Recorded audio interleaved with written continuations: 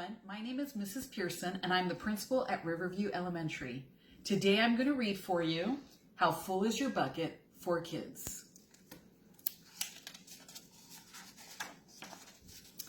Felix was putting one of the last blocks on his tower when his little sister came in. "I want to build with you," she said. Felix scowled. "Go away. You're too little." "I'm big." "Stay back, you'll knock it over." "I can be very careful." "Go play with your baby toys, Anna." Thwack. "Grandpa!" Grandpa shook his head. "Felix, you just dipped from your sister's bucket. Like everyone else, Anna has an invisible bucket. When it's empty, she feels bad. But when it's full, she feels great. Didn't you ever notice your own bucket?" Invisible bucket? Sometimes Felix couldn't quite tell when his grandfather was joking.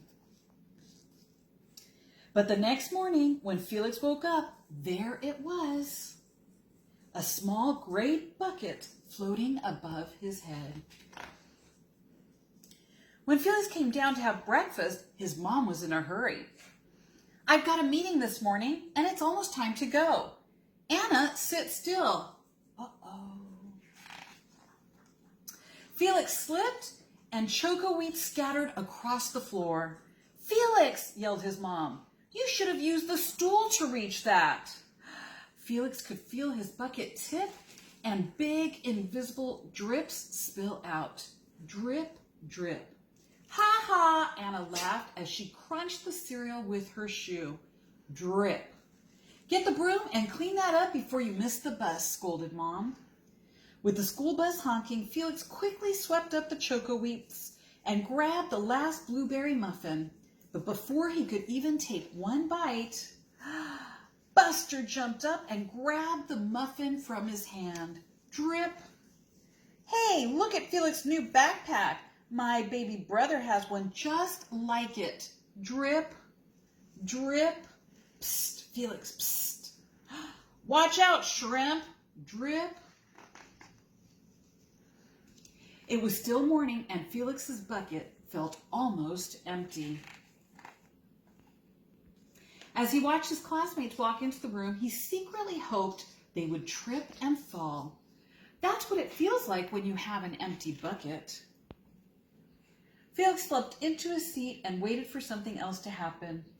Mrs. Bumblenickel walked slowly up to his desk and handed him a paper. He could hardly bear to look. "Felix, you wrote a wonderful story. Would you please share it with the class?" Felix grinned and felt a big drop land right in his bucket. Drop. "The Gigantosaurus Who Wanted a Pet, by me, Felix." Drop, plop, plink, drop. The class grew quiet. They laughed at all the right places and oohed at all the scary parts.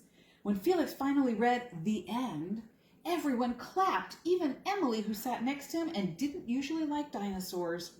Felix felt a whole shower of drops land in his bucket. Maybe the day wouldn't be so bad after all. Drop.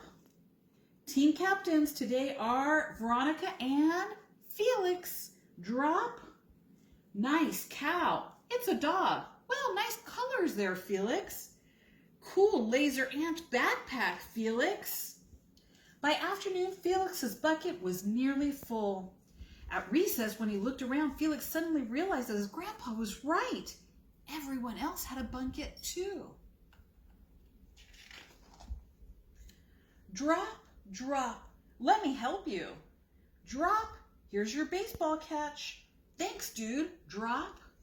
Drop. "Hi, I'm Felix. First day?" "Yes, I'm Amir." Drop. The strange thing was that for every drop he helped put in someone else's bucket, he felt another drop in his own bucket. When Felix burst in the door after school, he shouted, "You were right, Grandpa. I do have a bucket, and I understand how it works." Then he saw Anna's torn doll. "Bad dog," he almost scolded. But then he thought, dogs might have invisible buckets too.